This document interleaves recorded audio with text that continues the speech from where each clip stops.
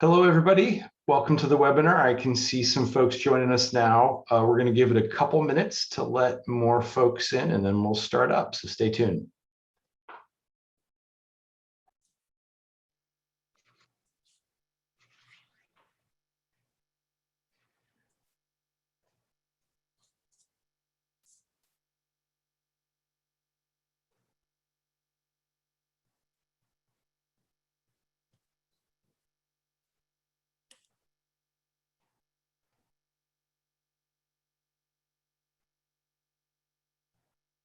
Okay, I see some people still coming in, so I'm just going to give it another 30 seconds or so.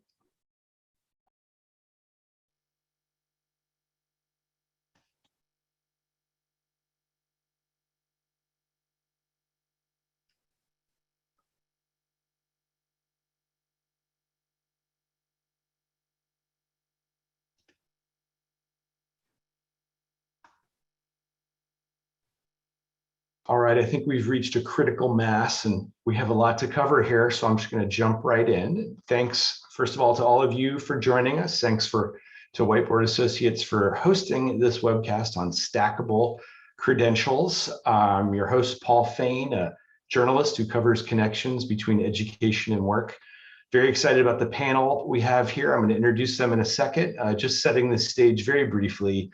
I don't need to tell anyone the unprecedented challenges that working learners face right now, the barriers that the pandemic has worsened, childcare, time, health concerns, money. All these together are making it particularly hard for folks to pursue further education and training. As we have all heard, enrollments are way down in higher education nationally, 5% overall. That's a lot of folks.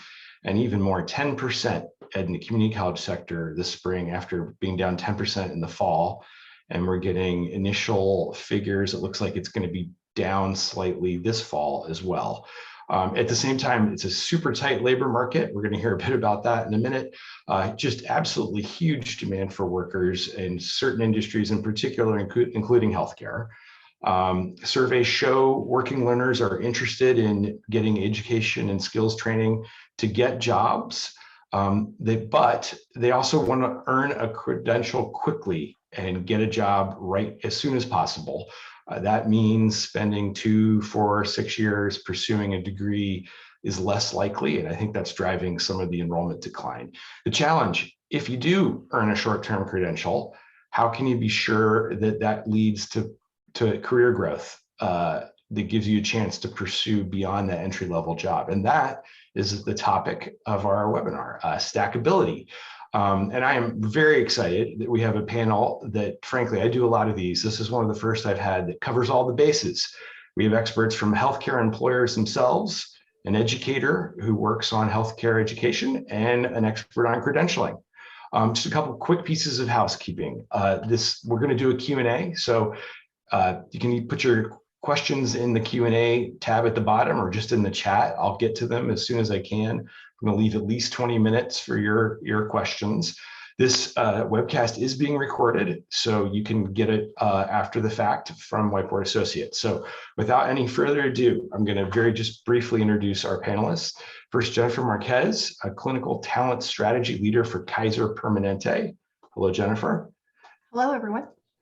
And then Angie Bush, Director of Radiology Services at UTMB Health. That's the University of Texas Medical Branch at Galveston. Hello, Angie. Hi there.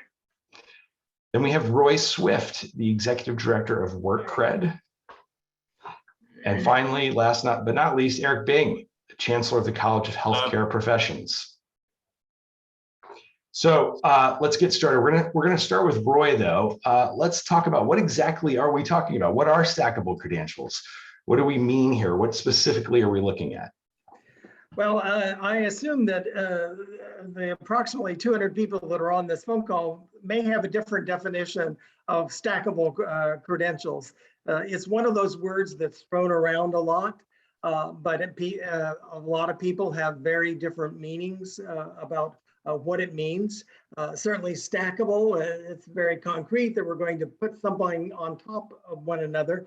And one of the generic kinds of definitions is that it's a sequential post-secondary awards that allow individuals to progress on a career path.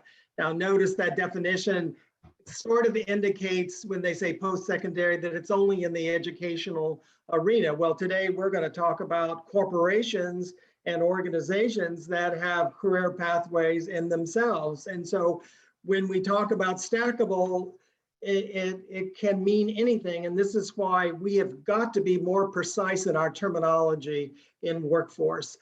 We are using terms too loosely, and that is causing issues in the quality of our research in workforce. And this is one of the areas that we need more study in this regard about it. Stacking credentials is becoming a very popular policy in higher education, educational institutions, because people don't have a lot of time to maybe spend the continuous 4 years or the 2 years, and they're wanting to move in and out, that lifelong learning model that we talk about. That is so important for the future learners, worker learners, particularly in this regard.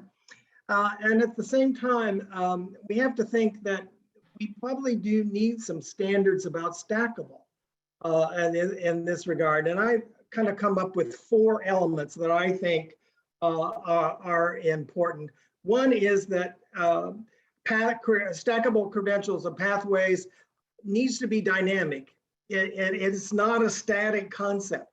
Career paths change in this regard. And too often we say, okay, here's a pathway, and it just sits there when it needs to be more dynamic, and frankly, more input from the Angies and the Jens of the world in looking about what is out there, not just in healthcare that we're going to talk about today, but in all types of industries, to ensure that we have a validated pathway through that is either, and I make a distinction between a career pathway and a credentials pathway.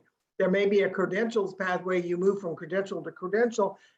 It may or may not align with what the career pathway is. So here again, more precise language about how we use things and what we're really talking about. So one was dynamic. Second, transparent. Many times people have to go on detours, and they especially in a course, they take a course, oh, that wasn't really the course that was in that sequence. And so the clear transparency for individuals is how they progress smoothly is extremely important. And then competency-based. I say that most of the time we are stacking blindly because we are trying to stack without understanding what competencies build on what competencies in this regard. And so it's kind of like the Monopoly game or some of our table games. You know, we go 3 steps forward and 3 steps back, and then we do 5 steps forward and 2 steps back. And so it's not efficient. And our people, the reason they're doing these short-term credentials in the first place is time and money. And so we cannot afford to be inefficient in how we stack. And then third, does it really reflect current career pathways? And this is where, again, we are not utilizing the employers, and I put blame on both sides of the fence. Employers need to signal more about the pathways that are changing, and at the same time, the people who are supplying need to listen and to add value to those things. So I think these are the things that I'm thinking about as we talk about Stackable today. And I'm just really excited to hear from our 2 individuals in healthcare institutions, because they represent the other half that we don't talk about a lot. Thanks. Thank you, Roy. Very helpful. I like, as depressing as it is, the Monopoly analogy, and just knowing how much time students lose and money as they pursue a pathway. So let's get right into what's happening on the employer side. I think we all know that the healthcare industry has been under enormous stress. I'm curious what needs you're feeling in terms of recruiting and retention of employees, and how stackable credential pathways fit into your solutions puzzle here. And let's start with Angie. So thank you, Paul. So we were even before COVID. One of our main academic hospitals on the coast, the Galveston coast. It's very, very far south from the medical center. All of our, most of our schools that we would get imaging staff from were in the medical center or further north. So we were not necessarily under resourced, but it was a resource constraint just to find sufficient staffing even before COVID. When COVID happened, we were already understaffed in a couple of departments like MRI and CT. And we just took advantage of that time to kind of reinvent ourselves. And to be honest with you,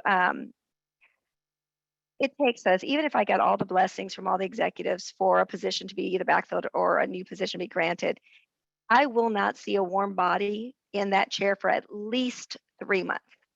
And that's just the reality of it. Now, post-COVID, staffing, there's just not enough specialists to go around. So we're looking at positions that have been open for 6+ months. And if it's in a critical area, you're paying, agency if you can find one.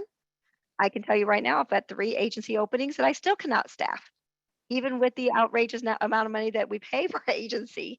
So it really became, for me, important to figure out how do I get the skill sets from the people I have, the people who are already a part of my company, who are loyal to the company, who understand the vision, the mission, and have bought in to UTMB. We started it, with just cross train, going back to old school cross training of RTs into CT, RTs into MR. But we have an ambulatory mission that was always under resourced. And what we realized when we did the numbers, we were paying well over $500,000 in salary because we were paying premium to staff these ambulatory clinics. And I'm not talking about an urgent care. I'm talking about an MSK and ortho clinic that you might do 6 x-rays all day long. We were staffing that with nothing but overtime, callback pay, where you get an hour or 2 hours extra every time you get called in anyways to take 1 x-ray. And when we looked at this, and we looked at, is there another way to staff this? The LMRT solution came up. And we just played with numbers and said, if we had a pie in the sky vision, what would this look like for us? And we realized that we could save at least $150,000 by just converting some of our MAs to become LMRTs. Unfortunately, like I said earlier, there were no LMRT programs in South Houston. So even though we were trying to bring them into our market or bring them into our operations, there was none to pull from. So we became desperate. But you know what? Desperation also, breeds innovation. And working off the Stackable credential, we were in an urgent need. We had a time frame of 6 months that we needed to have warm bodies in the chairs when we were coming out of COVID. And then, working with CHCP and MTMI, we were able to come up with a hybrid program where we took our own MAs, our own medical assistants, who already know the entire workflow in the ambulatory setting, and they got credit for the medical assistant training that they've had in the past, and they applied it to this LMRT program. So a hybrid program was able to be created, and it was a huge success. We had some 73 MAs interview for these jobs. 73 MAs go through an entire interview process. They submitted resumes. They submitted letters telling us why they think that they would be a great candidate for the scholarship. We paid them to put them in, we paid their salary, we put them into school, we trained them in our ambulatory settings. They are now fully deployed. And now 100% of our ambulatory clinics are staffed, open to close 7 days a week. And these MAs are thrilled. They are thrilled because we invested in them. They're filling a critical need in our area. And for the first time since the 4 years I've been here, all the positions are filled. That's a great example. And I just wonder in the emotional side, I mean, how much of a factor, you mentioned this, is the feeling invested in, feeling that you're part of the team and the trust that you can progress? I mean, how much of a factor does that seem to be for folks? I think we trust it more than had we just hired, because we know who we're investing in. We already have a relationship with these employees. They already, we know the work by their past performance. It's a lot easier to invest in someone like that who has leaders who are actually saying, hey, I have a rock star MA. They will not fail you. And then not only are we paying their scholarship to go to this program, they are still sacrificing their own study time. They're still investing. And we're hoping, we just got our first 4 LMRTs out into the fields now. We have another one coming up. And we're going back and doing an analysis of our retention of this cohort versus the MA cohorts in general. So that's something that our HR department's looking at now. And they've actually used this model, and they're encouraging other disciplines to try to do something of the same. They've actually encouraged the OR directors, cath lab directors. Is there something that we can do to build this model into your service lines? Because it is working in the ambulatory and the imaging service line. Well, thanks again for that really great specific detail. Jennifer, obviously talking about a big scale here with Kaiser, can you talk about the recruitment, retention, and stackable pieces that you see right now? Sure. So, Kaiser has always had a great brand and a great reputation in the external market. But one of the things that we've seen since COVID is, one of the tools we work with is MZ, and it really produces high-level labor bureau statistics. And really what a webinar I attended talked about the demographic drought and the soundsdemic we're in, and simply not enough workers to grow companies. And, you have retirements have been on the increase, even people that aren't 65, they're early retirements, they're leaving, and they're your more seasoned, in-depth, knowledgeable workforce, hard to replace with that same level of experience. We have the lowest participation of working people the economy's ever seen.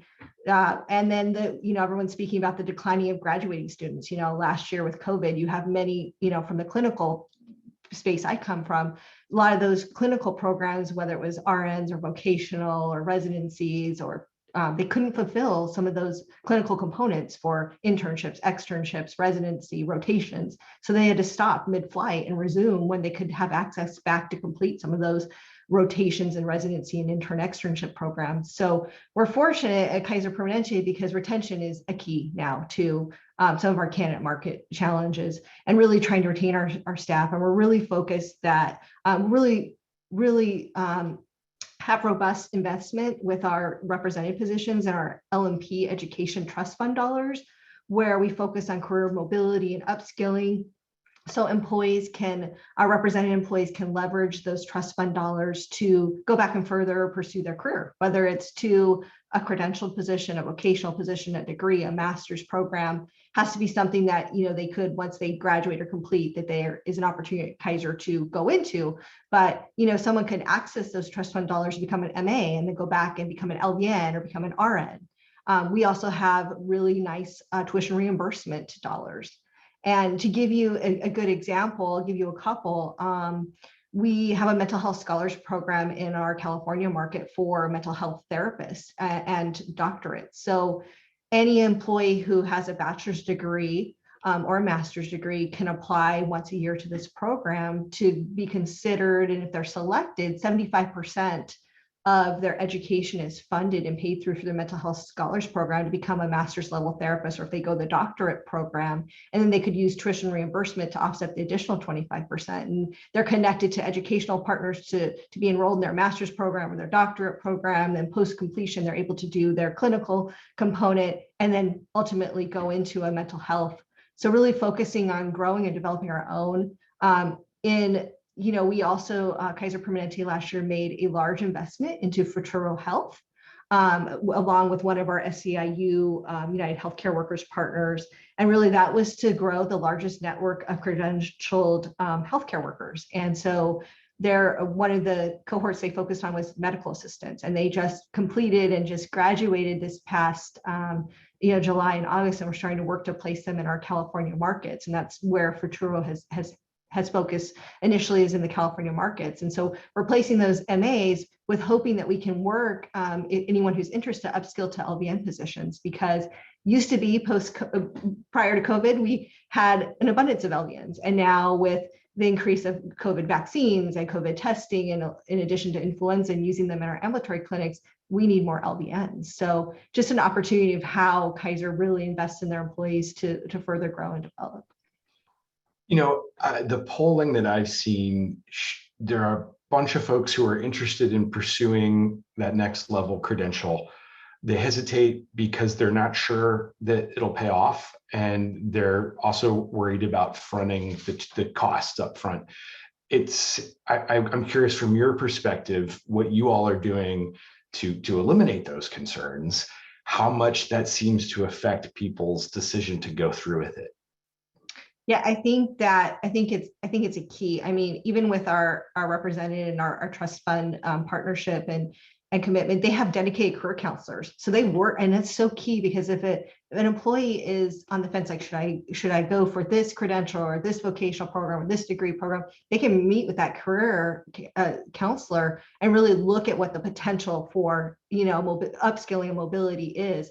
And so I think that's really been key to really help employees think through that, and really been a key to really some of our employee satisfaction. Yeah, the career counseling piece is just huge. We're seeing more and more data on that. And if folks haven't checked out the Futuro Health model, I highly recommend you do it. It's fascinating. I've written about it and will again. And another model that is fascinating that I've written about is Eric's institution, CHCP. Eric, if you wouldn't mind starting with your philosophy for short-term credentials there. I mean, I know you have a pretty specific approach that does a lot to ensure that these pay off for folks. So let me set some context around why our philosophy is what it is and who we're serving. We really have two customers, our students and our employers. And our students, to give you an idea, they're 85% of color. Over 50% are 25 and older. Only 12% are coming out of high school. 48% are parents. 39% are first-gen students. Of our Hispanic students, 74% are first-gen. 36% have dropped out of college before. And on average, they are only making $10,000 a year when they come to us, okay? So we are looking at folks who are living day to day. And when you do that, you need to build a model that will work for them to find success. Because I will also say these are extraordinarily hardworking, intelligent, driven, wanting better for their families people. And they need to be given that environment. On the other side, we have employers like UTMB and maybe one day with Kaiser, we serve out there on the West Coast, that are really looking for specific credentials and skill sets that are nationally recognized, and they can plug and play individuals into their healthcare organizations because they don't have time to be preceptoring them or re-educating them for a year. So let's all put ourselves, and this will give a good example to pull it all the way through. Let's all think of ourselves, we're a single mom, we're working in a car wash, we're working part-time at a grocery store. Our name's Justina, real person. You're just trying to get by day to day. You find out you're pregnant again. You know you need more education so you can keep a roof over your head and keep moving. There is no way that a normal traditional four-year college is going to work, or quite frankly, even a two-year associate's program. This is where certificates wrapped in with national credentials are so powerful. So you do a limited medical radiology tech program, that same program, that LMRT program Angie was talking about. It's 13 months. You also, part of that is an externship/apprenticeship. So your employer legacy is so happy with you, and most do, because it's really kind of, if you think of it, temp to hire, they hire you directly into a new career as a nationally certified, which also happens through the states, limited medical radiology tech. You stabilize your life. You're no longer worrying about hours that change all the time. You've got benefits over time. And then when you're ready, you want to go on, which one of the steps would be going to radiology tech. The way we build programs is you don't lose one credit, as Roy was talking about in his pieces and the importance of this. And you can 100% stack your LMRT into an RT completion program that is also built where all the didactic is online because you're a working mom, 2 kids at this point, and you also have an employer that is wanting you to stay. Your employers know, and Jennifer and Angie know this so well, I mean, a minimum of $15,000 to lose somebody, and also that 94% of employees that LinkedIn has surveyed say they'll stay if you invest a little bit more. And in turn, turnover is so powerful. So you help them with scheduling, you help get through this. We've built everything so it's stackable. And then they are able to become an RT, they're making more money. So from that standpoint, then Justina is totally at a new level where those programs would have never been available to her because there's no way she could have ever gone to a 4-year school in her situation for how it was at that point. It's about the same chances of, being an NBA player for that matter.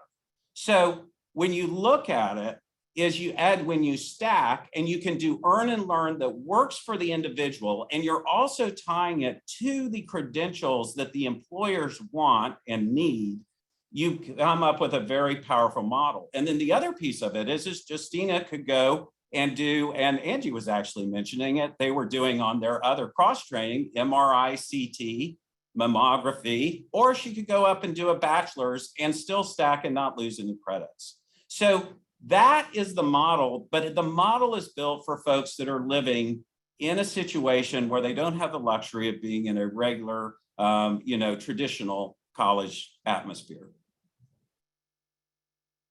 Sorry, I was muted there. Really helpful. Could you talk about, just very briefly, the potential to really stack multiple credentials, what you're seeing? I mean, Roy did a great job of setting the stage, but in my experience, just those pathways haven't really existed in a viable way much, but I get the sense you're seeing some real potential. I think there's a lot of potential in it. And when you look at healthcare, you can definitely stack credentials and all the medical coding, all the medical imaging space. You can do it in the surge tech space, obviously nursing, and Jennifer was just talking about it, moving up into the masters. You look at the certifications in mental health that are so needed and happening out there. And I'll also tell you, Paul, I really see it happening in other industries too. I think, quite frankly, there's a tremendous amount of opportunity in construction. Obviously, we're not in that because we're all healthcare. Cybersecurity is building, obviously the technology space. I mean, there is a lot of areas where you can, and big data is another one. So there's a lot of areas where you can stack and also help this huge group of adult learners that are really just existing. And they're not starting off, we're not moving them from a bachelor's to a master's. We're just trying to move them into a stable educational setting so they can then stack up into associates and bachelors. And that's what I think when you look at that transparency, the company-based stuff that Roy was talking about, and reflecting the current needs of the employer, it's so important. I've always liked that you... Add that the certification community is trying to go in parallel with employers and education, in that they are starting to create more entry-level certifications. It's many times it was always at the bachelor's degree or master's, or it's a capstone, after you've graduated from an accredited program at a university. But they're trying to develop these pathways in credentialing. Like the behavioral analyst now has a very basic mental health technician. All you have to have had is so many years of experience to supervise somebody, and then you can get into the track going up to a doctoral degree, and it's fairly clear. Now, one of the problems with this is that sometimes there's big gaps, like in pharmacy technician to doctoral level pharmacy. That bridge needs to be shortened a little bit. The issue too, and I'd be interested in what Jennifer and Angie has to say about this, that the certification committee many times is not signaling these new opportunities to the employer, that we need more collaboration between employer certification and university post-secondary education, because they tend to be 3 separate pillars going, all doing good, but we could do better if they were more integrated. And I don't know if Jennifer and Angie have had people come to them in talking about new routes, or it's still, there's a lack of communication? Well, let's let Angie and Jennifer respond to that. And I'm going to start with Angie, and at the same time, I'm going to multitask here, allow her to answer a question that we got about just since the LMRT program is so successful, where else could this work? So if you wouldn't mind, Angie, handle that one and also talk about the certification piece. So for me, I've actually even looked at cross-training into MR already, just because there's a shortage of MRI technologists out there. I have never looked at the ADN, so that's something I guess I would try to partner with someone like Eric to figure out if there's a way to do that. And diagnostic sonography, I think that one right now, there's no certification other than going through that 2-year program in sonography. So I don't see how I could do kind of the stacking of credential in that area. But the MRI, I think, still has opportunity there. I think we're going to have to, but to expand on that, the good thing is this: we're talking about it now. I mean, that's the biggest takeaway. We've never talked about this before, and now we're forced to really question. Just because traditionally there's been one way to get there, is that truly the only way to get there? So for the future, so that's the good part about it, is that we're talking. I did want to go back to a comment that Eric had made earlier. So like Jennifer said, and Jennifer made a comment earlier about this. So traditionally, we already have UTMB. We do have tuition reimbursement. Think about the population Eric was talking about. Okay, she probably, even if there was a credential for that employee, I think you named her Justina. Justina, expecting her second child and wanting to have a career with some stability, may not even be able to afford the tuition for that very first semester.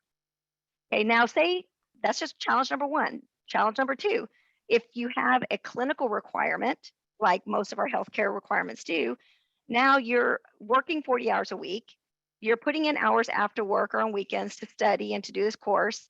You have to leave your child, and you're a single parent, to go and do your clinicals, which means now you're going to lose time from work. It was those other two issues that made us do something we've never done before. And UTMB actually created its own scholarship to pay this highly motivated MA who's been very loyal, and we're investing in them. We paid for them to go to the LMRT program. On top of that, when they did their clinicals, we pulled them out of their normal 40-hour-a-week MA job, and we sent them where they did their clinicals at UTMB clinics Monday through Friday, 8 to 5. That alone was a huge gift that some of these candidates came to me and said, I would never, my life is already past that. I already have the 2 kids, I already have the mortgage, I got to work 2 jobs just to keep my nose above water. Had UTMB not given this opportunity and did it where it was convenient to me to do it, they would never see that. So talk about that investment, and again, that engaged workforce. That's why HR is like really interested in seeing what the long-term effects of this is going to be, because the rest, now they're at least an income level they could afford that first semester to go from an LMRT to RT. They may not, and then get reimbursed afterwards, because you still have to pony up that money first, and not a lot of people have that to do. I wanted because I was really passionate about that. I wanted to make sure that people in this audience understand that was a game changer for us. That's where we got the engagement of our staff in it. Now, Paul, I'm going to ask your question again, because now I lost with the question I was supposed to answer. I'm going to let Roy do that for both of you and Jennifer. He's better at phrasing that. Go ahead, Roy. Answer the certifications, shifts that they've seen in the way that certifications work in these credentialing spaces. Well, I think they realize that they have to be more flexible, and I think that people are also questioning the prerequisites that sometimes prevent people from sitting for the exam. So we're seeing options like, for instance, let's just take, it's out of healthcare, but supply chain, it's first that came to my mind, that you can be a certified supply chain manager, which is the hottest occupation in the country right now. with 7 years of experience, no degrees. So if you've been working in that area, that would allow you to be certified, to be recognized for those skills. Then it's 5 years at associate degree, 3 years in a bachelor's degree. So they're trying to look at flexibility in the certification community. And I think it's a little lagging in healthcare because of the regulation and the issue with sometimes with licensure and things of this sort. But I do think it's coming. But the thing is, we need more communication between the certification community and the employers. I'm going to turn to Jennifer. A lot of points to respond to, but in the pathways that Kaiser has helped contribute to through Futuro and elsewhere, and anything that you've just heard that you want to emphasize that gives folks more kind of upfront support or flexibility with certifications or more? Yeah, so I really love what Angie highlighted about the focus on the flexibility around helping to support pay for tuition and helping to, remove them from some of their hours of working. That's exactly for our represented positions. When I spoke about the trust fund partnership and their career counselors, that's exactly what they do. They pay for a large portion of the tuition with that, working with the employer to offset some of their work schedule. To Angie's point, is some employees may not be able to afford that next level credential or that training. To give you another example of, stackable credentials, you could hire a lab assistant and then they could use tuition reimbursement or the trust fund partnership to go to become a phlebotomist, and then from there to become a CLS, and go that, and then eventually become, pursue additional degrees, become a lab manager, assistant manager, or director. So those are just another few little ways that you can stack credentials in healthcare. And someone, even someone, we've seen people come in entry level into housekeeping or dietary, and then utilize that trust fund dollars to become a medical assistant, or we offer an LVN new grad program and they become an LVN, or utilize it that way, or they're going back to school to become an RN, and then we're able to get them into an RN new grad position. So lots of different ways within healthcare that you can come in and then find a pathway, whether you want to go a credential or a vocational or a degree program. Absolutely. Let's turn to Eric and a question for the group here that everybody's touched on. But how do you measure success in the pathways that you create, and how do you uncover which certifications matter the most in those pathways? So let's talk first about how we uncover which certifications matter the most. That is all through deep relationships with our employers. I mean, we have probably 1,500 deep relationships, kind of extension of their HR arms. We work with about 5,000 employers, but it's really understanding the pulse of what is needed out there. And then quickly innovating and building that into your programs and adjusting your programs. You cannot have static programs. Roy, your little list was perfect of those 4 things, because if you don't have a dynamic program, it can be outdated so quickly on what's needed out there.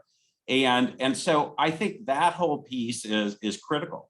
And from us, we're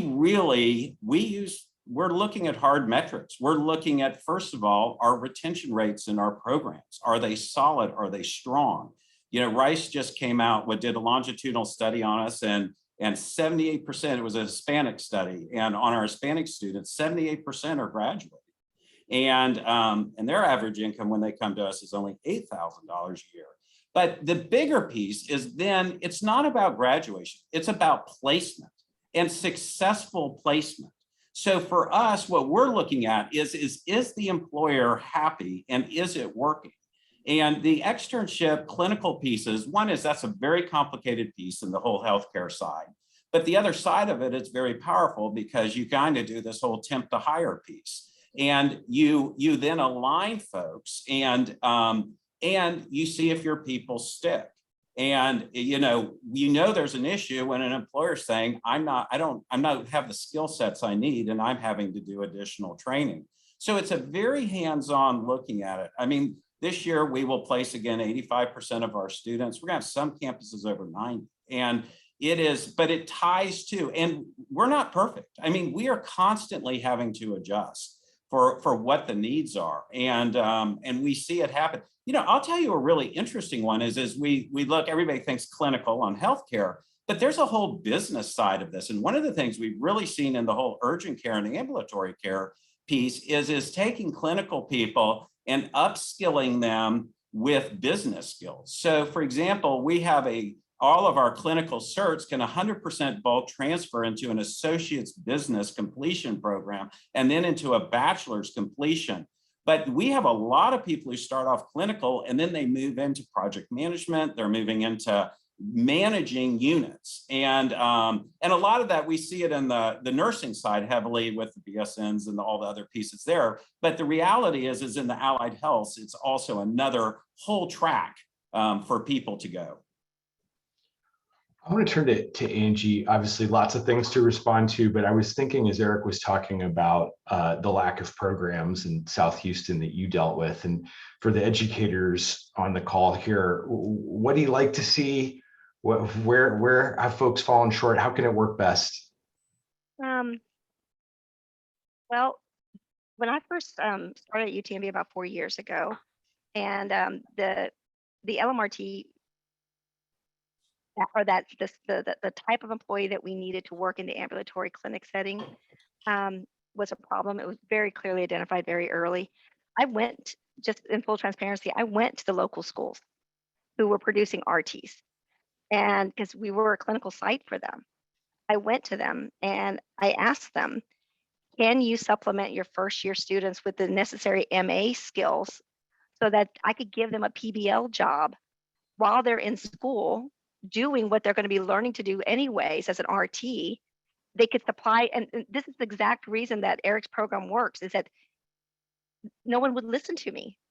In fact, I felt, at least I could say I felt like our traditional mindset of the career pathway, going straight to an RT, again, 2 years long, these poor students, they would come here from clinic, they would do clinicals here. They were working at McDonald's because it was so many of them were open 24/7, so they can make it work around their school and their clinicals and everything. And I actually posed to multiple schools in the area. If you could get them LMRT certified, I can give them a job as an LMRT. They can make more money while they're finishing their RT program in your school. But I felt there was so much resistance to it. It was just like a brick wall. I'm pleading to the educators that are on this call, rethink your programs, because these students now can be working as an LMRT, producing x-rays, growing their skill set, making more money for their family. And they're still, going up that, stacking that credential. They're going on to that RT program. I think this is going to, we're going to have to question both on the academic side and on the operational side. Where else does this make sense? I know that my system is definitely looking at OR, cath lab, endovascular. Is there something else that we can do here? And I anticipate more innovation coming out in those arenas. Jennifer, has Kaiser had similar challenges with resistance on the higher ed side where you've got profound need? Yeah, I would say we're probably struggling a little bit in the allied health area with finding programs that for like surge techs, especially in some of our markets outside of the Californias, anesthesia techs, sterile processing techs, some of those technical types of positions, and really finding those programs that are graduating. In some of the markets, there are no programs, for this level. So Roy, I've got a feeling you have thoughts here. What's going on with this? What is the problem on the higher ed side, and how can we chip away at it? And I want Eric to weigh in on this too. I think you're muted, Roy.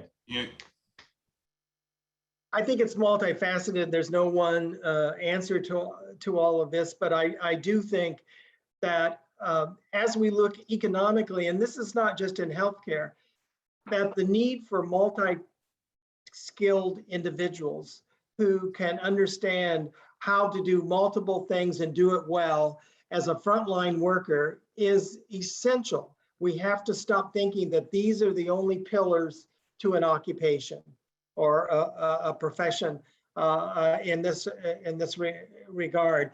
And it's particularly true in healthcare, because as we move to community-based healthcare and home services, we cannot afford to have a physical therapist, a nurse, a psychologist all out there on the front lines. We need somebody who understands which one is the most important one to do, but they need the entry-level knowledge of each of the professions in order to make those decisions in this regard. In some respects, the decision maker is the frontline worker these days versus the physician or the nurse a lot of times in this regard. And I wanted to say something about the embedding of certification into degrees, because we know that 50% or more of the people who start post-secondary education do not finish. They may do a semester, they may do a course, they may do 1 year. We need to embed these kinds of certification credentials or frankly, certificate programs as well in that first year, so that when they're exiting, they exit with skills. And it's sort of what Angie was talking about, that don't let them work in McDonald's when we could use them as medical assistants. Don't let them drop out because they don't have money when we could actually have them be a phlebotomist very quickly.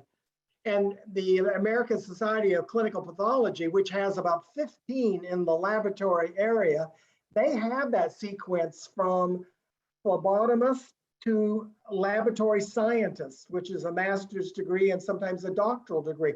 The pathways are there, but the communication on how we align that with higher education and the non-degree credentials is not there. We have got to find a way to integrate the system more.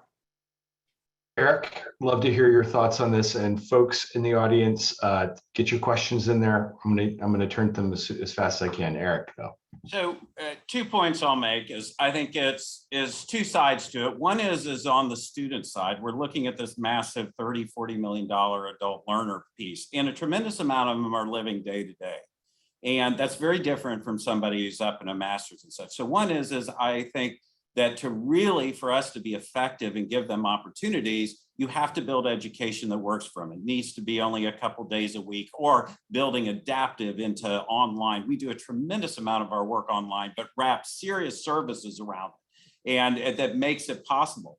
And I think the other side of it is on the employer side is that you're so right, Roy, that we are looking at a huge change happen in where we, in the allied health, for example, I mean, we've just heard it. We've heard about an LMRT needing the medical assisting skills, but yet they're managing the urgent care or the departments. So creating those environments, but also doing it in a way where you can quickly get through. The reason we focus so heavily on these shorter certs and then move people up versus let them do a bachelor's, you can only do a bachelor's completion with us, is that we know if we can get them through 9 months and their cert is embedded with a national certification, they will never slip back into poverty as long as they keep their cert, their national certification up. And so if something happens in life, they can hold off, but they're good. But then they can go for the associates and on up. And so I think you kind of got the two pieces working there. But when you combine it and fix them, it's extraordinarily powerful and amazing outcomes. In terms of program design, I mean, I know one of the big skeptical notes I hear a lot about stackable pathways is that, generally, and healthcare is somewhat unusual, I think, in this question, but folks earn that entry-level credential, they're busy, the odds of them continuing to chip away are not high. And to really encourage that you're not done, that you still have this potential, it's achievable. Are there aspects, Eric, that you would recommend work best to keep people thinking that way? Yes. I mean, first of all, I think it is educating all of your folks and not assuming they understand there's pathways. They might not even know that a radiology tech or a surge tech 2 or all of these different programs and careers exist.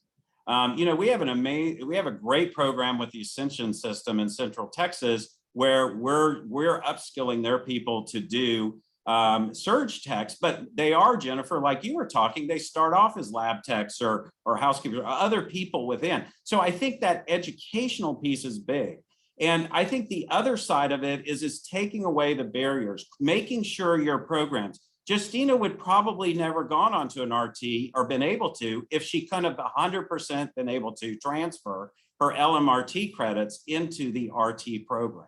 And so taking away all these barriers out there and also having employers like we have at Kaiser and UTMB that create flexibility in their current job environments so that they actually can maneuver because there's clinicals involved. But when you do it, you get extremely strong long-term employees and you stop the churn, plus quality healthcare. Jennifer, I wonder from an employer standpoint, how much of a lift it is to embed that flexibility, how common it is, how much of a real imperative you have at Kaiser to do that. Yeah, I think it depends on the role, and I think it depends on the market, and I think it depends on member needs and patient volumes and all of those things. But I do know that we do it quite a bit. We do it with that trust fund partnership. The career counselor reaches out. If they find a program that they want to pursue, they have to go back and speak with their manager and make sure the manager can accommodate the program and what that flexibility is going to look like. And then, the trust fund picks up a piece to keep the employee whole and pay for them. But it does happen quite a bit and allow them to really invest in that professional development growth, because we know it's an extreme important factor in retaining employees is their ability to professionally grow and develop. Because if we're not growing our own, or we're not allowing them to further grow and develop within our company, they're going to leave and they're going to go somewhere else where they can do that. Thank you. So a question here, a suggestion rather, create a pathway in the same institution for where folks earn their entry-level certification all the way up through. How important is it that the educational partner, or realistic is it in a lot of cases, is the one for that whole pathway? And let's start with Roy on that. Is that a best practice? You're muted again, I think. And it's certainly the easiest when you do it in the same, because then there is endorsement from upper management about that sequence, their support for that. When it is done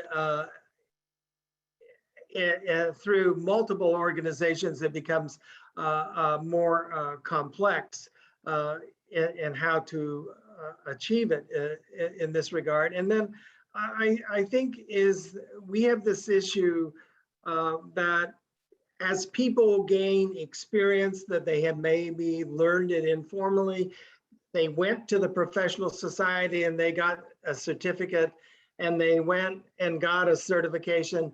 It's hard for HR people to really put that all together, so to speak, unless it was created in that organization where it says, this is the pathway. Now, the issue with that is that a pathway that is acceptable? And like if they move halfway in the pathway, would it be able to be followed up by another organization in this grade? It's putting it all together that's the issue a lot of times.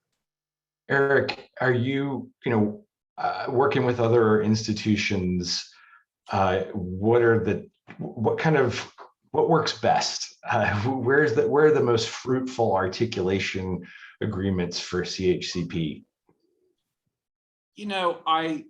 I mean, it's complicated because, again, you read all the national press on the acceptance that happens of whose program is this and that and other pieces that tie into it. But I think it definitely, and most of ours, to be honest, stacks internally, especially because there's very few people that have built their certificates that can transfer into associates. We definitely have plenty of associates that transfer into the bachelor side, but it's that certificate to associate side. But I'll give you a good example of where we partnered with Southern New Hampshire we have a medical coding and billing program, and then we also have an associate's completion program around revenue cycle. But there's this whole information technology side, HIT, that has happened, health information technology, that is really complicated, has lots of pieces, and we don't have the volume on it. So we have a relationship with Southern New Hampshire where those students can both transfer almost all of their associate's credits into their program because they have the volumes. So it's all finding that fit on where it ties, but each one is separate. And I will tell you, I think it would be great to have more on the national side on setting some standards on the acceptance of just credits across the board. Yep, hearing that more often here in DC. We'll see. Interesting question or comment about the need for billboards and marketing in recruiting community colleges and other institutions recruiting people to these allied health programs where there is such a demand. How much of a disconnect or challenge do we face in terms of marketing and getting the word out about the opportunities? And let's start with Eric again on that. Well, I tell you, from our standpoint, our marketing is the fact of our students and word of mouth, because they're being employed in professional settings. Most of the time, it's the first time in their family to have a professional career. And I mean, our campuses, we're 35 to 50% referral enrollments. And when folks are getting employed, so when you really look at it, it's our graduates, it's our students, it's our employers that really drive. I mean, we are up again this year, probably about 20%. Last year during COVID, we graduated 3,300 students and had solid growth. So I don't see a billboard solving the problem. The place I will say, Paul, is I think we all need to do more education in helping people understand these careers exist. And that is where there is a big disconnect on people don't know they can be a surge tech or a cardiovascular tech or ophthalmologist tech. And that is where we really need the drumbeat, and not just in the high schools, but for adult learners. We've done some real work in the Houston area on that with the city and Mayor Turner a few years back in the service centers, and it's incredibly powerful. That made me think of what Jennifer said about, BA holders and the mental health possibilities there. I mean, I'd never heard of that, and that pathway was even possible. I know we're getting near the end, but Jennifer, where do you see the need in getting the word out to folks about pathways and potential? Yeah, I think that that's really critical. I think that we're fortunate at Kaiser that we have our career counselors that can partner there. But I do think there needs to be a larger focus with educational institutions in outreaching to employers, healthcare, non-healthcare, about the different types of programs, whether it's credential, vocational, degree, whatever that might be. I know we partner at a heavy level from a recruitment brand media strategy and a talent acquisition strategy, and working with alumni networks at different programs and schools, and as we cascade openings, and then we get to hear about different programs or things through that method. But I know that might not happen with other employers that way. So I do think there is, I've heard a lot about there needs to be a better communication channel to employers about the different pathways or programs that are available. And then not only the communication channel, but what they look like, because to what we've heard, Justina might not be able to commit to, a Monday through Friday full-time program. What is that flexibility in that program? What is that structure, and how does it set up so that it can work for flexibility for all? Angie, I'm going to give you the last word here. Any thoughts on the most crucial kind of marketing needs in this space, or anything else you've heard recently? In relationship to marketing, I really think that we need to get in front of the high school. I'll be honest with you. I think we need to start there. I saw some comments coming across on the chat that the high school HOSA groups, so forth. If we could get them that first credential even before they even graduate high school, and then and show that how that's the beginning of multiple paths they could take it later on. I've started being more active at the high school levels, not just in my local community, but friends that are educators across the country, high school educators, trying to get them to understand what it is that we do. When I went to school, was nurse or doctor. And I didn't have the money to both do either school like that way. So this is just reality that we live in. So yeah, I think it's not only getting in front of the high schoolers. When we do get our employees, let them know that there are these other credentials that we could either help you, either provide a scholarship for, help you get some flexible time on your schedule to do a participate or tuition reimbursement. And hopefully that will also help with the retention, that they know that they have a pathway here at this at your facility or at your university, at our facility, to keep them engaged for years to come. We're going to end there. Angie, Jennifer, thanks so much for providing the viewpoint from the healthcare employer. Roy's not kidding. We don't get it enough. Eric and Roy, thanks for your expertise. Thanks to all of you for joining. And again, this was recorded, so the Whiteboard folks can send it your way. I think if you attended, they will. And thanks to Whiteboard for hosting. And finally, a virtual round of applause for our panelists. Thank you. Thank you, Paul. Thanks, Paul. Thank you, everyone. Everyone.